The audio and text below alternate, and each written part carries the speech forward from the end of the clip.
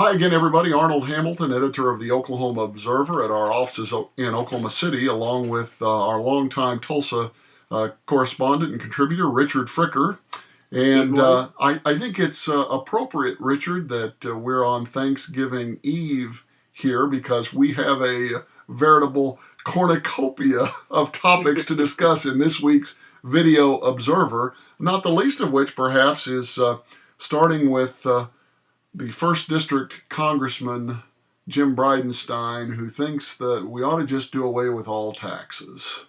Well, and we might mention that there's a piece up, there's a blog piece up on that very subject, written by yours truly, and www.okobserver.net, and you're probably seeing it because you're looking at this video, so you've probably yeah, seen it on the homepage. right. And I guess the biggest thing is what really cued me to this was this talk that he made in front of the Tulsa Regional Chamber.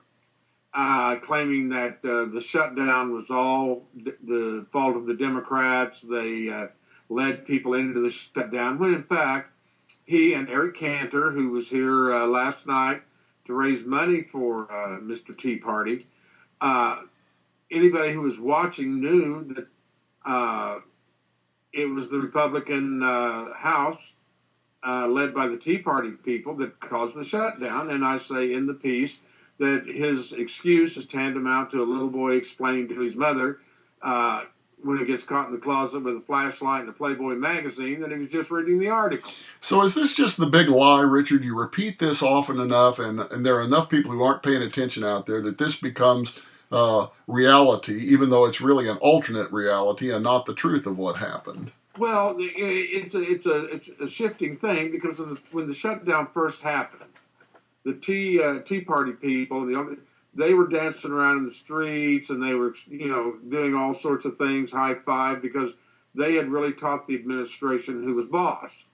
Then when they found out, for example, in Bridenstine's case, 53% of his electorate did not approve of that. Now they're shifting it over. It's the Democrats' fault. And, he said that he thought that Obama was going to take the Tea Party solution in a heartbeat. And I mentioned that he's just not dealing in the reality that the rest of us live with. But I do think that Bridenstine, his numbers are not good for an incumbent. They're right there with Obama's. He did this thing for Dewey Bartlett. He has Bartlett reciprocated with the Eric Cantor fundraiser last night. And I think they're trying to get these guys out there now because they have figured out that there may be some dues to pay come November of 2014. And there again, I think people, the Tea Party people like Bridenstine, they're not worried about getting mugged by liberals. They're afraid that moderate Republicans are going to run someone against them. Well, and it's, the conventional wisdom on these things is that a first term representative is perhaps the most vulnerable. You haven't had a chance to get yourself solidified for the long term at that point.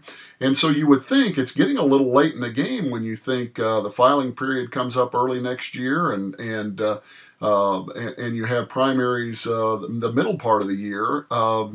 It seems like somebody would have surfaced by this point if he was in real danger, and maybe raising money with Eric Cantor and Dewey Bartlett last night was a way of sort of warning people that I'm going to have a giant war chest here. If you think you can beat me, then it's going to cost you. Well, that could well be. The one thing I keep watching is that he's been crosswise with Tom Cole many times. And Cole is a whip for the Republicans in the House. And anyone who knows Oklahoma politics knows that he is a force to be reckoned with, that he's very senior.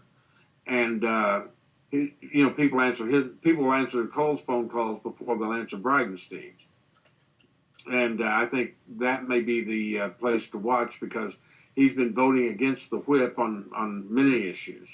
Well, it will be interesting. He seems to be speaking to a group of people out there who make no connection at all between taxes and services. It boggles the mind that he can, with a straight face, claim that we should eliminate the income tax when you're looking at a situation where that's the fairest tax of all for everybody out there. And we as a society agree that we're going to pay our taxes so that we can have those highways, and we can have the Arkansas River navigation system, and we can have the airports operating safely. It's just the craziest thing in the world that anybody with a straight face in a leadership position would be standing up claiming that you should do that. Well, the other thing is, does anyone really believe that the IRS is going to disassemble itself without a whimper? The tens of thousands of people who work for the IRS, all the mechanisms within the IRS, all the tax money, what are they going to do? If they're going to rely on a sales tax, then they're going to have to wait until we have collected enough money to match what we're collecting through the income tax, and then do it. And it's just, well, I think I say it all in my piece. Well, happy Thanksgiving if you think a sales tax is going to benefit you as a modestly incomed person in Oklahoma. You're gonna take it in the shorts compared to the 1%. Well, in Tulsa, we're running right at 10% tax.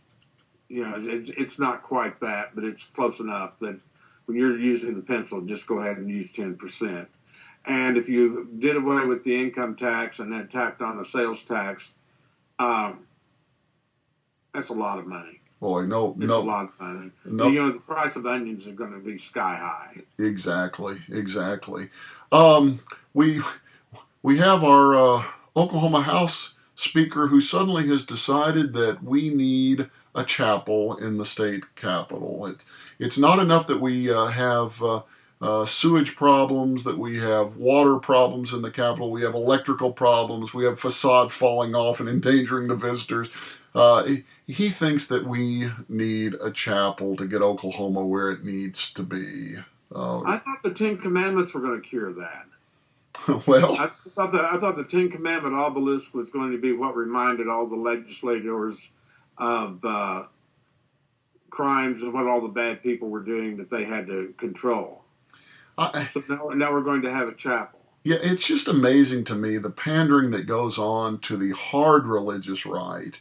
And these folks are convinced, absolutely convinced, that this is a Christian nation. It was set up by our founding fathers. Their history is being presented to them by the likes of Glenn Beck and David Barton and all these pseudo historians who are trying to rewrite American history and missing entirely the whole notion of separation of church and state and why our founding fathers are our founding fathers here, and that they, for the most part, were deists. They were not Christians as these Bible-thumping hard writers are claiming. These were folks who believed that there was a higher power, but he basically created things and then unleashed us. Well, back in the 1770s, 1750s and all that, there was a lot of religious thought floating around, all the way from staunch papists in Spain to very liberal, free-thinking people. There were the Quakers, there were deists, all of this stuff. And that's why it says endowed by their creator. And that leaves a lot of room for the definition of creator, whether it was by happenstance or done in 7 days, as the popular story goes. My problem with this chapel, being here in Tulsa, I know, well, I'm Roman Catholic, as I have mentioned. And even in that venue, I know Maronite people of the Eastern Rite. I'm down the street from St. Anthony's Orthodox Church. There are Greeks, there are Benedictines, there are any number of things. My godson, his godfather's going into the Episcopal priesthood. I know Muslims, I know Hindus, I know Buddhists. Buddhists, there's many brands of Buddhists. I know two types of Buddhists. So who's this chapel going to be for? Well, it sure seems to me like in my comings and goings at the Capitol, there's plenty of opportunity for somebody to get off to the side if they need to say a prayer or if they need to meditate or otherwise sort of slow the pace down a little bit and sort of consider where we're headed politically and public policy wise without having a full blown chapel, which is going to be directed at one particular Mm-hmm. sect of religion. And you're right; it's going to potentially leave out all these others who are fine, upstanding citizens of Oklahoma as well. And it's hard for me to imagine that this does anything to advance the ball here in Oklahoma, except to pander to a hard right group that is influential in the Republican primary. And clearly, T.W. Shannon is a guy who's on the move and thinks he's going to be governor or a United States senator one of these days. Well, exactly. And I'm also very concerned with this whole business of it's really okay because it's being built with private funds. Um, if I wanted to put a slot machine in one of the corners and I said, I'll pay for it, can I do that? And they seem to be the private fund seems to be the escape module for everything that it's really okay since we're not using taxpayer money. The problem with all that is it's my state capitol building, and you can't get around that as much as Mr. Shannon would like to. And I think the people of Oklahoma, and I may be wrong, we may get a bunch of letters, but I don't think the people of Oklahoma want their legislature dilly-dallying around with something like this. I think they want bridges and roads fixed. They want the kids to be able to read and write. They want something done about this prison overcrowding besides handing a bunch of money to Corrections Corporation of America, which is always knee-deep in lawsuits anyway. Of course, Scott Pruitt, he's busy defending corporations, so maybe he'll defend them because the state always gets sued and CCA gets sued. I think it's a waste of time. And if these legislators, if there is a moral crisis in the legislature so severe that you've got to run from the floor of the House and into a chapel to get guidance, you probably shouldn't be in either chamber. Well, we have some other things that we could talk about. We may want to save for another time. Of course, Sean Burridge, the Democratic leader in the state Senate, has announced he's not going to seek a third term, and the Tulsa County DA's race has heated up with another state legislator, another Republican state legislator, Fred Jordan, deciding that he's going to run. And of course, earlier, Senator Brian Crane announced that he was going to run. But we might talk about those things next time. But we have, Richard, you have somebody that you'd like to tell our viewers about. They may not be familiar with this person, but a very important person with regard to Thanksgiving. Right. We're rushing into holiday routine here at Rancho Picardo, but I wanted to leave you Sarah Josepha Hale. She was born in October 24th, 1788, and she lived to the ripe old age in her 90s and died in 1879. She was born in Newport, New Hampshire. Her father was a school teacher, but also had a tavern called the Rising Sun, which those of us from the 60s could find that an affectionate name. And she married David Hale in 1813. They had 5 children. He died, and she wore black the rest of her life. She wrote a novel called Northwood, Life North and South. And she was a very strong abolitionist. And she's one of the first American women writers. And she proffered that slavery not only diminished the slave, but also the slave owner. Mm-hmm. And of course, that gets translated a couple of centuries later by people that if you're going to keep a man in the gutter, you've got to get in the gutter with him. But she was the first one to proffer that.